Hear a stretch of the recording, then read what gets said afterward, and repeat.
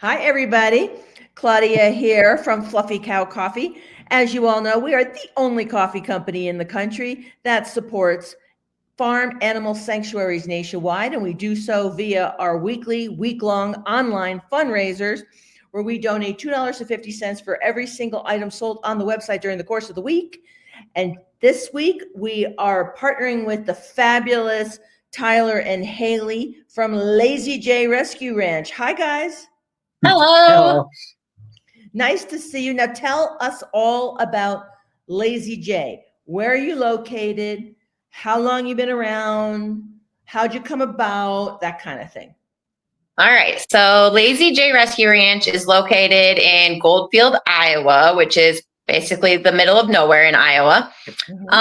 And we are a farm animal sanctuary. So we provide a forever home to animals from all different situations of all different kinds. What all do we have, Tyler? How long you been around? Oh, we opened in 2015 or 2019 is when we started. Okay, so you're on your sixth year. Yeah. And tell me, how big is the ranch? What's your acreage? We have 15 acres currently. Okay, and how many residents? We're at 50 right now, even 50 weeks ago. Wow. And what are the species of said residents? We have cows, goats, sheep, a llama, all different kinds of birds, a chicken, duck, hen, peacock. We have an ostrich. We have big pigs, little pigs. An ostrich. Yeah, one ostrich. Yep, Herman. Where did Herman come from? He was, believe it or not, a couple hours away from us, also in the middle of Iowa. Had hatched him, and they had kind of a funny farm where they were breeding all sorts of crazy animals, and life circumstances came up, and we were the ones that called. And ostriches are traditionally farmed, which people don't really know about, but outside of just taking in all farm animals, we make sure we specialize in those with different mobility issues or health issues, and then just things that no one else really will take. So we also have like tortoises and some other weird stuff. So like, yeah, we'll take the ostrich. Oh, that's so great. And from where do you get your residents? How do they find you? So they're all kind of rescued from different situations. A lot of them have been maybe abandoned on properties. We have a lot that have come from their families have moved away and they don't have anyone to take care of them. So they just kind of leave them behind on the property. Some have been abused. Some have been willingly surrendered just because families maybe can't take care of them anymore. And they're worried that they may end up, back in the farming industry and stuff like that. So kind of all different situations. So I think we chatted about this when I first met you guys. I find it so interesting and challenging that a farm animal sanctuary is located right in the heart of farming and industrial farming. So how does the community, how has the community accepted you? How are you interacting with your community? It is hard. Largely, we've been welcomed with open arms. It's been kind of surprising and gives you a little bit more faith in humanity that we didn't see coming, because it is all industrial ag around here. There are hog processing facilities around here that do like 10,000 a day. So us rescuing pigs is nuts to the general public, but they're still embracing us because they know we're doing a good thing for a good reason. And no one, believe it or not, no one wants to see animals hurt. And how do you spread the word about Lazy J, about you being there and what you, and the why you exist, and, for whom you exist, that kind of thing? Sure. We really try to use social media to spread the word about our residents and how they're really not that different than dogs and cats. But one of the really unique ways that we're able to show our community that is by doing things like hosting events out here or having open visit days where they can come and see the residents in kind of their sanctuary life and in the places that they feel safe, and they can interact with them and kind of see that they all have personalities too. So we have a lot of field trips come out for visits, and that's awesome. That's awesome. So do you have like school kids come out as well? We have, yep. We've had a lot of different classes from elementary school all the way up to high schoolers have come out to visit. Yep. That's fast. That's great. Now, do you get 4-H animals as well? Yes. We do. Yep. We have one right now. Yep. With show sheep. Yeah. Mm-hmm. And we have a sheep that was a show sheep. They got injured. Mm-hmm. She broke her back leg, and the former home was told by 4-H either she needs to be put down. Well, there was no either. She needs to be put down. That teenager said, absolutely not. Reached out to a couple of sanctuaries. We ended up being lucky enough to take her in. She had her leg amputated. She actually has a prosthetic now and is doing amazing. That's great. Now, does the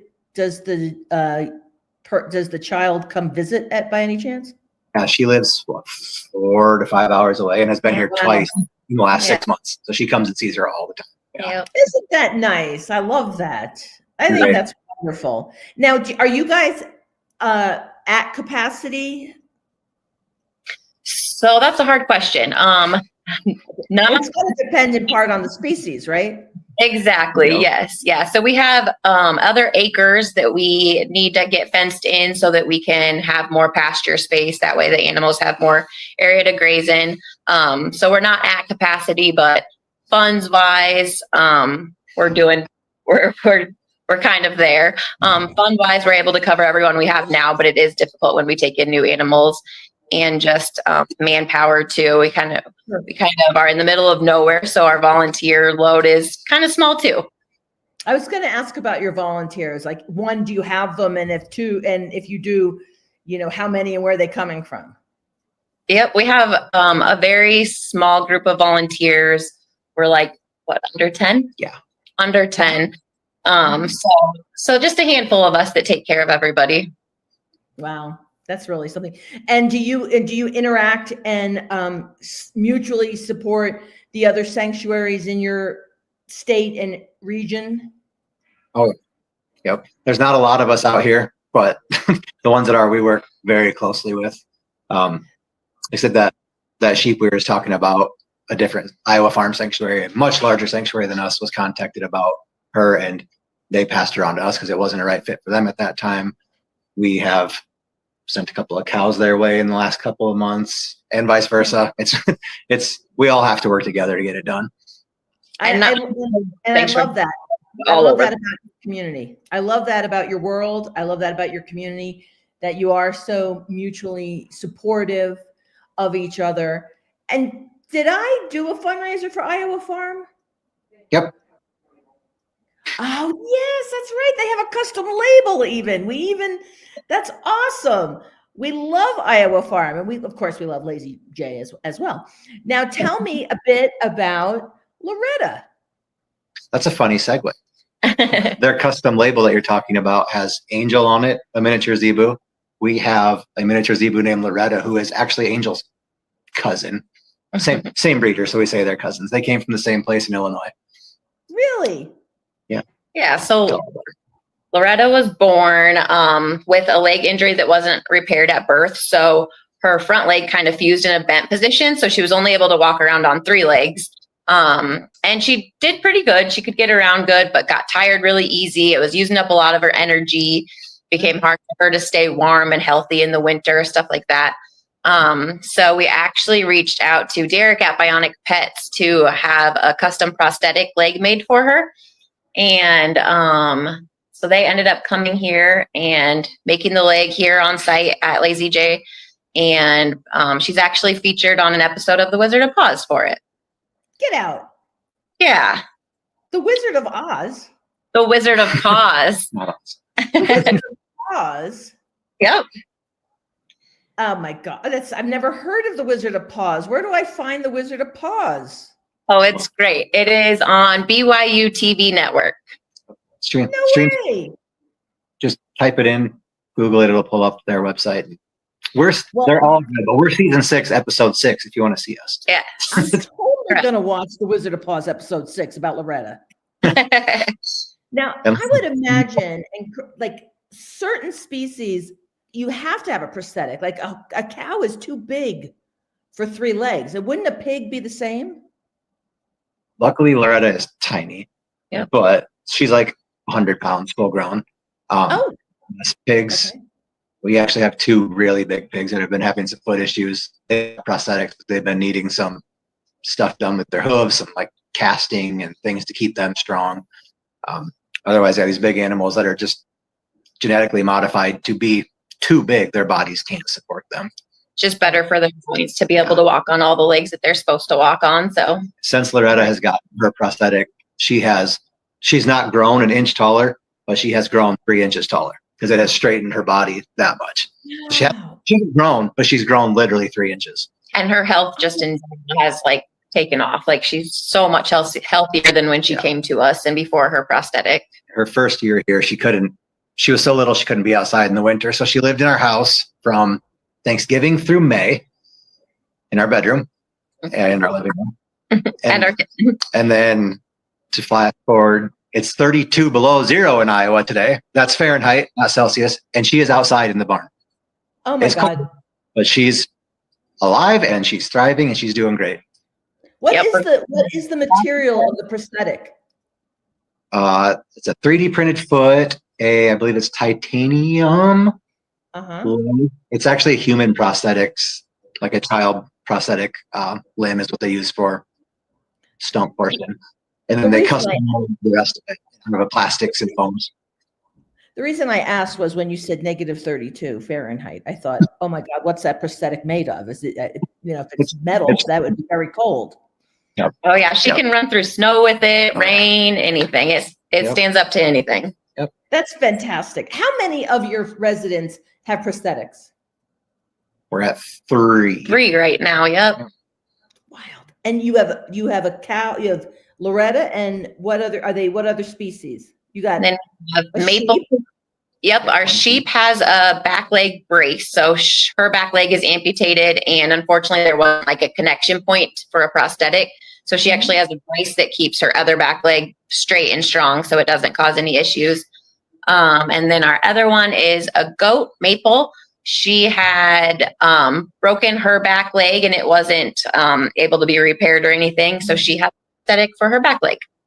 Oh, that's amazing. I just think it's amazing. I love what you guys do. I just do. Okay, now we got to talk about the fundraiser. It's Thursday. It's a week-long fundraiser. Started Monday morning. It's Thursday. We have 3.5 more days. And just for your fan base, we give $2.50 for every item sold during the course of the week-long fundraiser. So we got to get the word out to get people to buy, and also spread the word. A couple things. 1, the coffee's fantastic. So good. 2, and the packaging is fantastic. And Adorable. I mean, right? Oh my God. And then 2, we have tons of swag on the website, species-specific swag. We donate regardless. If you don't drink coffee, buy a mug, buy a hat, buy a t-shirt, do something to support Lazy J. And then it ends at midnight on Sunday. And then I hopefully write you a big old check on Monday. So then the question is, so we got to spread the word. We have 3.5 more days to get the word out. Bada bing. And then the big question is, say we just do a great job and we raise like $300 to $500. What kind of impact would that have on Lazy J? That'd be huge. We have a lot of projects coming up this year. So you asked at the beginning how many acres we have. We said 15. But when Haley said we have more that needs fenced in, only 5 of it's fenced in. So we have 10 acres we're not currently able to use. So immediate fencing, we could be 3 times bigger land-wise. Buildings, there's always medical care. That's my big one. I need those pastures fenced in. Our big project right now is fencing in more pasture space, just because we recently went to rescue 1 new cow and came home with 3 new cows. So we have a lot of mouths to feed coming up this year. So more pasture space will be great. Awesome. So I personally love the idea of the fencing because I love the idea of tripling your impact. And the more you fence, the more impact you have, and the Yep. more lives you save, and the more residents live out their natural life with love and health and happiness, which is fantastic. All right. So you guys, we got 3.5 more days. So we're going to do a call to action. We're going to get the word out. We're going to raise a lot. We're going to try to raise a lot of money for you so we can help you with your fencing so that you can grow. And then we'll see you again the next time we do one. Yeah. That's great. All right. Well, you guys have a wonderful weekend, and fingers crossed. I want to write you a big old check on Monday. Yep, we've got our We want fingers that crossed too. And thank you guys so much for doing this for us and all the sanctuaries everywhere. We love it. It's why we get up in the morning. It's just like why you guys get up in the morning. Yep, But really, thank you so much for all that you do. We love supporting you, and we really hope we write you a big old check. Thank you. Thank you so much. Okay. Have a good weekend. Yes, you too.